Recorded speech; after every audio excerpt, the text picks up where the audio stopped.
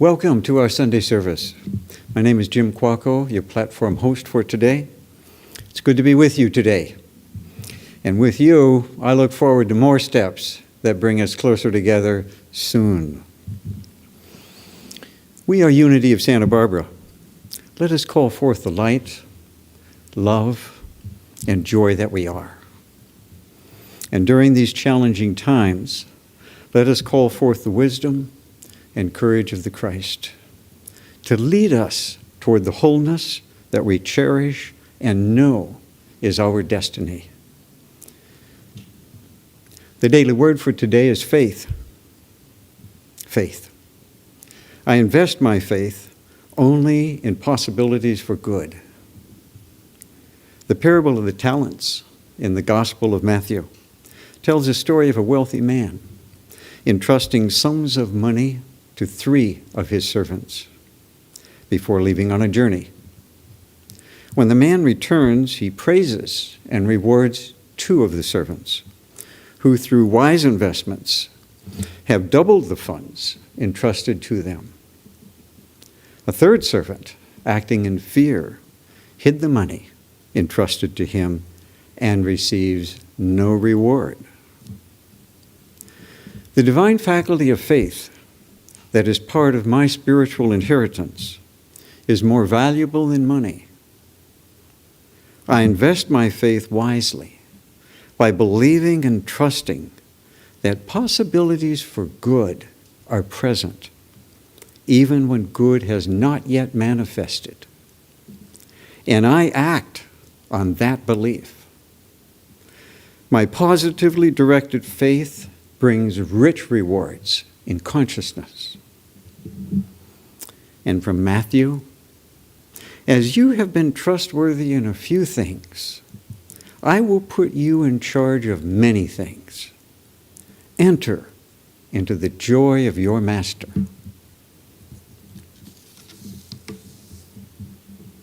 And now, let us affirm our vision, mission, core values, and statement of faith. Our vision is the hope for what is possible. Centered in divine love, we celebrate a kind and awakened world filled with peace, abundance, and joy. Our mission is the meaningful way we energize our vision. We inspire, educate, and serve to awaken our oneness with Spirit. Our core values are the strengths we are committed to express, to manifest our mission. These are community, abundance, love, God-centeredness, inclusiveness, and living consciously. Our statement of faith is our basic belief of who we are, who we really are. There is only one presence and power in the universe and in my life, the infinite, living, loving presence of God. Let us reflect briefly on the powerful meaning of these phrases. We are connected to the presence and power of the all-seeing eye, the all-loving heart, and the wise mind of God. The wellspring of our common sense and mindful ways of living is energized by this presence and power. This is our true home in consciousness, the presence and power and love of God. And so it is.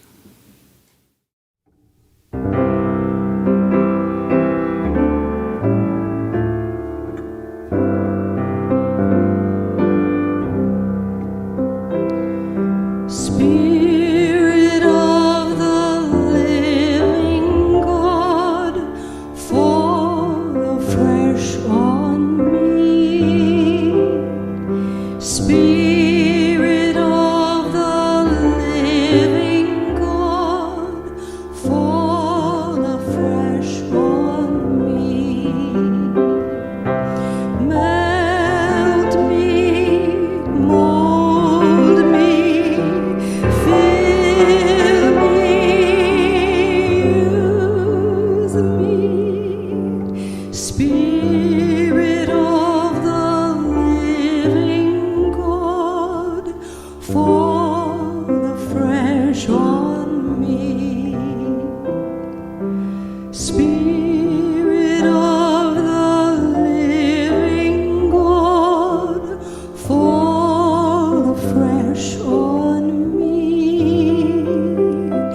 Spirit of the living God, fall afresh on me. Hold me, see me, know me, heal me. Spirit of the living God, fall afresh on me.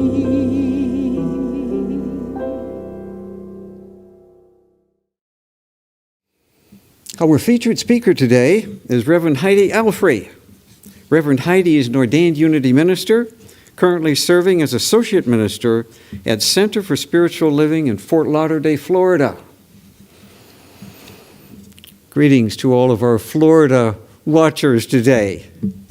She's been part of New Thought churches for 30 years in Florida, Chicago, Kansas City, and Maui.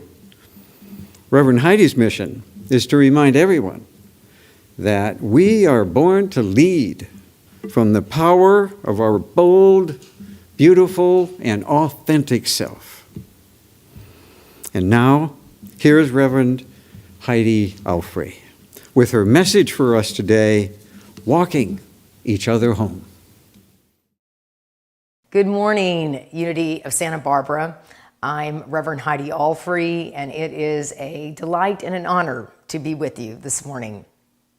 This is the Memorial Day holiday, and I want to express my heartfelt gratitude to those men and women that have given their lives in service to our country and the families that loved and supported them.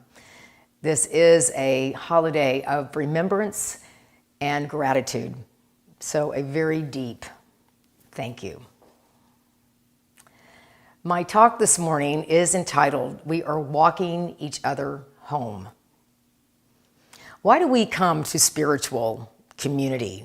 Why do we gather as we do, or as we used to gather? We come for the music, the message, our friends, the community, the people. Yes, we come for all of those things, but what really happens in spiritual community is that we tap into something within us, a feeling of connection, a feeling of home. I've heard so many people when they first come into a New Thought church of Unity that they say, I never knew people believed the way I believed.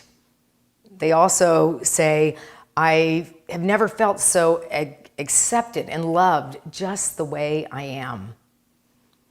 And so that kind of connection is within us. It seems that it's the things outside of us, but it's within us. And it has always been within us.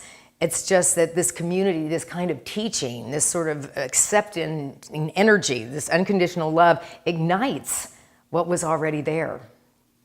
It's like the good witch Glinda with Dorothy when she wanted to go back to Kansas and she just kept saying, I want to go home. She said, it's been in you all along, my dear. And Dorothy says, well, why didn't you tell me? I had to go through this whole experience. Why didn't you tell me home was within me? And Glinda said, because you had to learn it for yourself. So our idea of community and of home is something that is within us, has always been, but the dynamics around us are what can ignite it. So you can see how important that spiritual community is. But friends, we have gone through a time unlike anything in our lives up to this point for most of us. It has been this pandemic, these choices to be healthy, and the choice to be healthy also allows others to be healthy. But it has been a remarkable change in everyone's life in many different ways, but it has been an incredible change. I heard these three words used about this change. It says that life has been changed abruptly, profoundly, and irretrievably. I've had relationships end that didn't have those words to them. So this has been a tremendous, tremendous shift. And how are we still connecting with that feeling of home And how are we able to walk each other home? It is a question, a way of living that we must answer for ourselves. And in that way, we're not socially distant. We are socially distant, physically distant, but we recognize that we are always spiritually connected. And it is an opportunity to focus and reignite that belief. And so I have some ways that I have been using personally and have been talking about where people are feeling the sense of continuing to feel connected and how we can, again, walk each other home. The ways that this can continue to be where we are spiritually connected, even though we are socially distanced, are three things. One is shedding, the other is centering, and the third is sharing. So I really have connected with this word and this idea of shedding. And I'd like to share how nature sheds on a natural basis. And as humans, we can not identify with shedding at times. It has actually been said by Mark Nepo that from the beginning, the key to renewal is the casting off of old skins. So as we are renewing in this time that is so different, how do we cast off the old skins, the old way of living? If we look at the snake sheds, naturally sheds, and it is written and true that the snake sheds, say that 3 times quickly, the snake sheds to grow. It cannot grow if it does not shed off its old skin. And the old skin also often has parasites and things that would not allow the snake to stay healthy and to grow without shedding. We know our friend the caterpillar has to completely dissolve its sense of identity to become the butterfly. It gives up its caterpillarness to become a butterfly. There's the story of the 2 caterpillars walking along the leaf, and they see a butterfly go by, and one says to the other, "You're never going to get me up in one of those things." I have laughter written here on my sheet. But we recognize that this butterfly that we're becoming through this massive amount of change, we often don't feel comfortable with, and we like the caterpillar of ourselves rather than that sense of the butterfly, the unknown. So what does the dead skin look like in the human condition? It can look like an old way of living, an old way of thinking, an old way of seeing, of relating, of eating, of speaking, of working. This has changed our lives so dramatically that our social aspects have changed. And so you can see all the ways that we would have naturally, we are creatures of habit, ways that we would get together perhaps and eat a meal that has changed. And now, everything's to go and you're eating at home. The ways of relating, the ways of speaking, everything has changed. And when change happens, we have the opportunity to shed what we used to do. But I'll tell you, it has not been pretty, and certainly in my life, and it is an opportunity for us to kind of re-identify who we are when the things that we actually enjoyed and that were good for us have shifted. I have gone to the same yoga class for 20 years, the same, in different cities, but the same kind of teaching. And I am an extrovert, and social distancing for an extrovert is just a kiss of death, right? Like what? Extroverts gain energy around people. So for my yoga class that I enjoy so much with the people ended, the thought of going on Zoom was not like, oh yay, that sounds good. So I had to be with this idea of, is there more to me than this one thing? Are there other ways to access my sense of health and flexibility? I kind of had to laugh because yoga teaches flexibility, right? And I was thinking, I don't feel very flexible around this. So it was an opportunity to shed the story of that's the only way I can have health and well-being and flexibility. I can do a lot on the camera for now, on Zoom, and it's not the same, but it allows me to have the experience I want to have. And I wonder what it is that you are shedding now. My question for all of us with these habits, these ways of living during this situation that is so organically shifting is, what are you being asked to shed or to put to rest in order to gain access to a greater sense of life? Friends, we are so habitual. You know, we drive the same ways to church, we drive the same ways to work. And what happens when you come upon a detour sign? Do you go, oh yay, a detour, a new way to drive, a new way to learn something, right? We usually go, oh brother, how did this happen to me, right? It's all about, rather than probably the detour is helping you not drive into a big hole. Yeah, but we don't like these changes. But we know that change is the way we grow. So I'll ask you again, what are you being asked to shed or to put to rest in order to gain access to a greater sense of life? We are going into a way of new normal. And the other quote I have that I enjoy so much during this time from Dave Hollis, in the rush of returning back to normal, use this time to consider which parts of normal are worth rushing back to. These ideas of shedding, of letting go of what was, and in what you have been proving to yourself, I certainly have, is I thought I couldn't exist with some of these things. I thought I could not be, you know, my life couldn't go on, but my life is going on, and so is yours.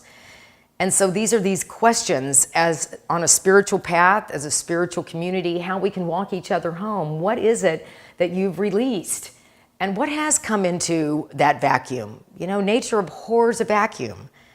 So my opportunity to create space for something new through my peaceful mind allows me to engage in new ways of doing things without this fight, without this resistance. So how is it we center? You know, Jesus invited us to, as he said, come unto me, all ye with heavy burden, and I will refresh you. You will find rest. He didn't say, now go over there with your problems, figure out all your issues, and when you feel balanced, then come and talk to me. The idea is that we show up with these challenges, these curiosities. How do I do life differently? And he says, I will refresh you. And the I here is the I am. You will be refreshed through that place that I talked about at the beginning of the talk, through that sense of being home, through that I am that has always been in you and always will be in you. And during these times when the outer starts to fall apart, the I am is where we rest. And it is always inside of you, but it can so much look like my job gave me identity. My exercise group gave me identity. My way of living, my partner gave me identity. And things are shifting for everyone. And how do we get into the conversation of the I am? The woman that touched the hem of Jesus's garment, she said, that's how I was awakened. And he said, no, your faith made you well. What's in you made you well. That's what our connection is. That's what we connect with in these unity teachings, that my faith, the I am, makes me well. One of the most wonderful things I did during this time is I found through one of the places I go for meditation, Spirit Rock, had an online 4-day meditation. And I experienced that, and it was in my home and with walking and sitting and listening and some chanting, and I found so much peace. And I recognized again, home is within me. Like Glenda, you've had it all the time, my dear. It's just so easy to get off into the arguments about and the challenges and the pain, and God bless people that are in pain, but let's talk about it. Let's don't internalize it. And that's the way that we go on to the sharing.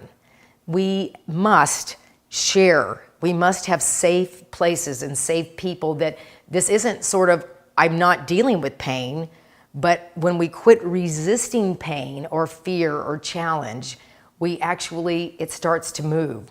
It starts to lessen.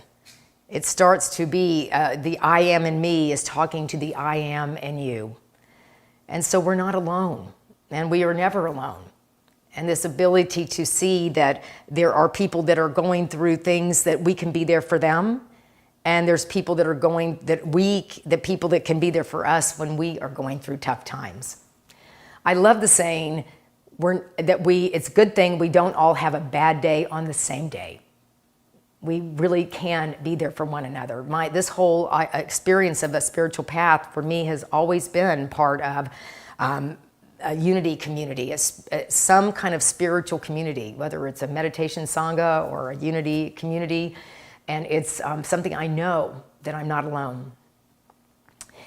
Interestingly enough, 100 years ago, give or take, there was something similar that happened. This Spanish influenza came upon this country about 100 plus years ago. And I actually have my mother sent me some pictures, and as she wants me to tell everyone, she's not in them.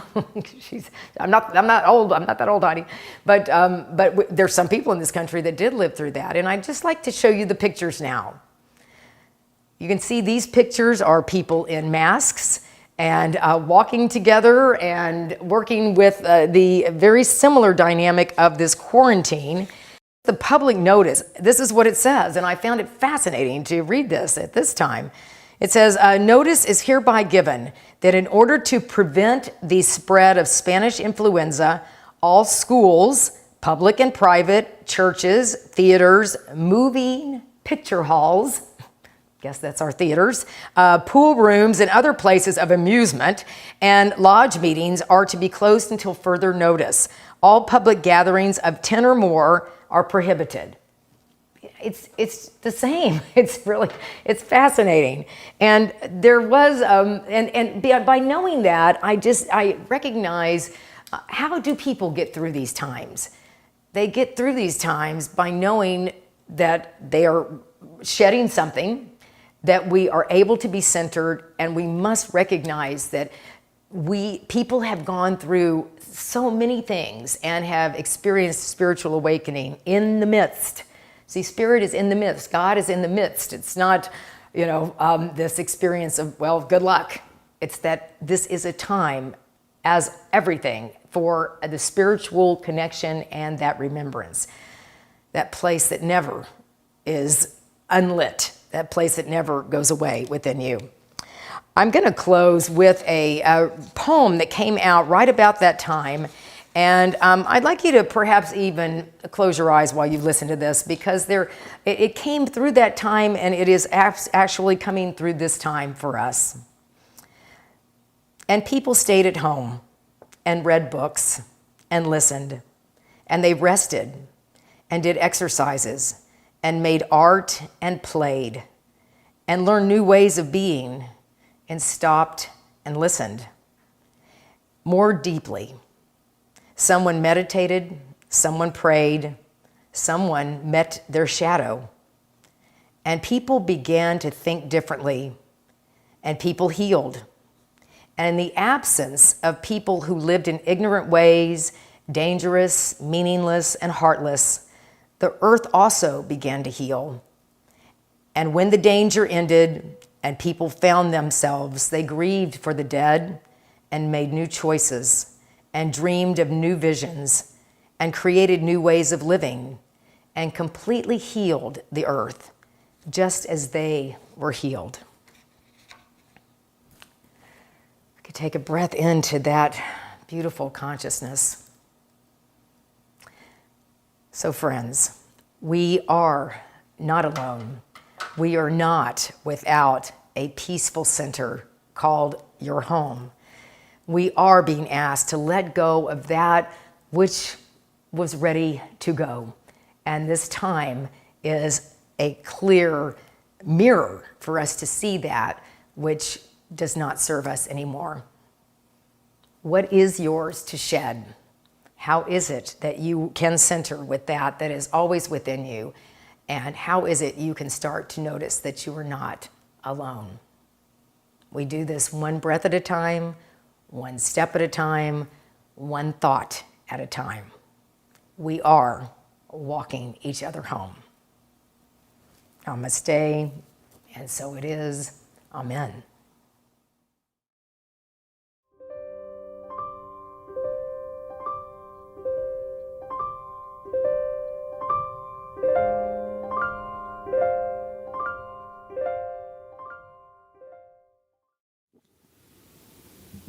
This is the time of our offering. Let us consider the good we receive from this spiritual group to which we belong. How can I best support the inspiration that we are and can become? Let us open our heart to how we can help this ministry financially, with your abundance, in whatever way is best for you. Please say with me our offering prayer. Divine love, through me, blesses and multiplies all that I am, all that I have, and all that I share.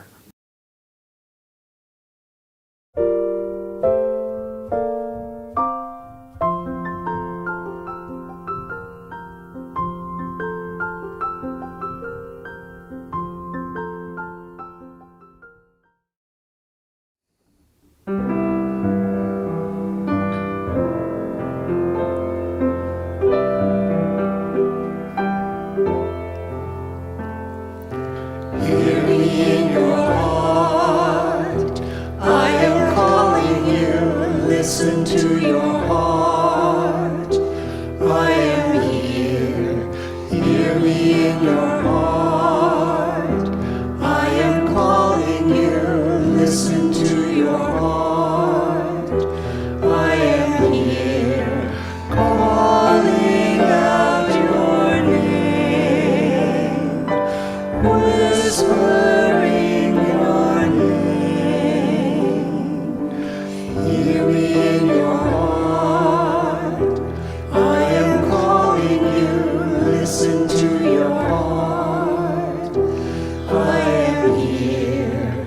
Hear me in your heart.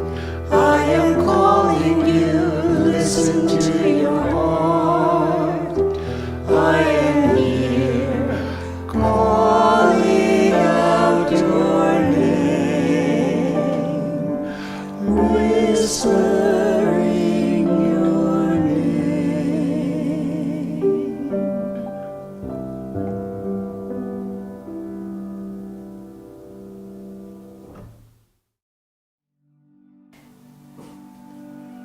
So now we take time to let this message permeate ourselves and to embody this idea of what is shifting, what is changing, to rest in this awakening. So I invite you to get comfortable, recognize this time is just for you. So wherever you're sitting or whatever you're sitting on, I'd like you to get comfortable but be alert at the same time. So we always start with just the connection and the awareness of our breath. You want to breathe in and just notice the lungs filling up. You can even say the words, now I breathe in. Next we exhale, now I breathe out. Bringing your attention right to your breath, which brings your attention right into this moment. There is nowhere to go and nothing to do. This is a time where you are very present in your own exquisite life. So we let ourselves gently reflect on the idea of what is mine to shed at this time. What is it that I feel connected to emotionally and want to bring into the next chapter? And what is it that feels, that it doesn't feel light anymore? It doesn't feel that it supports my growth anymore. And this is not a head experience, it's a heart experience. How can I feel that sense of groundedness and centeredness in the I am the sense of being home in my own self. And what is it? Just like an outworn garment or an outworn shoe that I'm ready to let the world have back. We center in this knowing that life is about our releasing and our shedding. We are not to carry anything that is not for our well-being and our spiritual growth.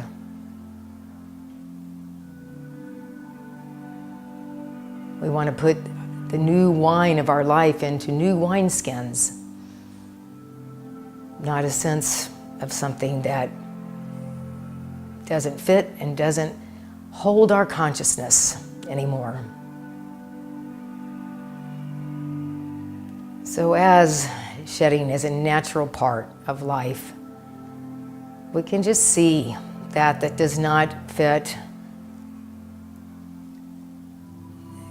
Peeling off in a very light and soft and easy way.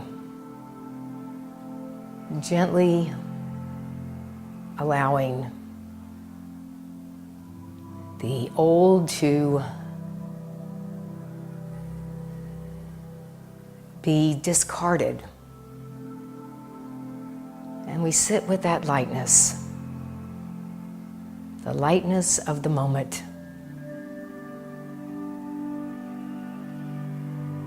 So as we are walking one another home, we know we are connected with everyone on this planet, and specifically our spiritual virtual family at Unity of Santa Barbara.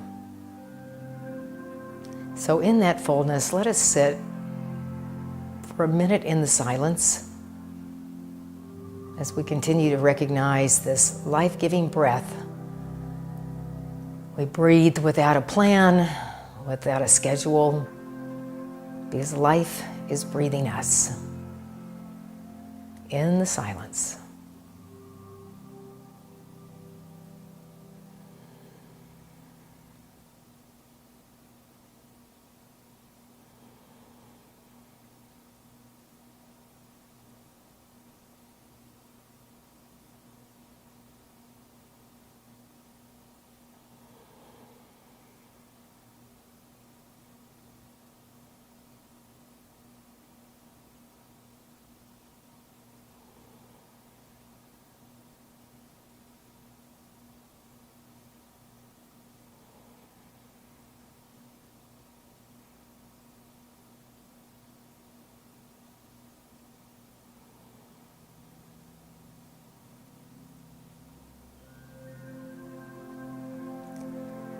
We drop our burdens and we let ourselves be refreshed. It's a thought. It's a commitment to be present in every moment of your life, to allow your heart to be open, your mind to be open, and to be the light of the world that you are.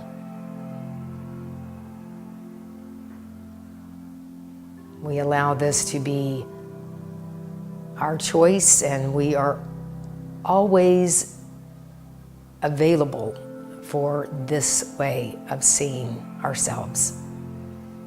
Everything is in divine order. We are never alone, and we walk each other home. And so it is. Amen.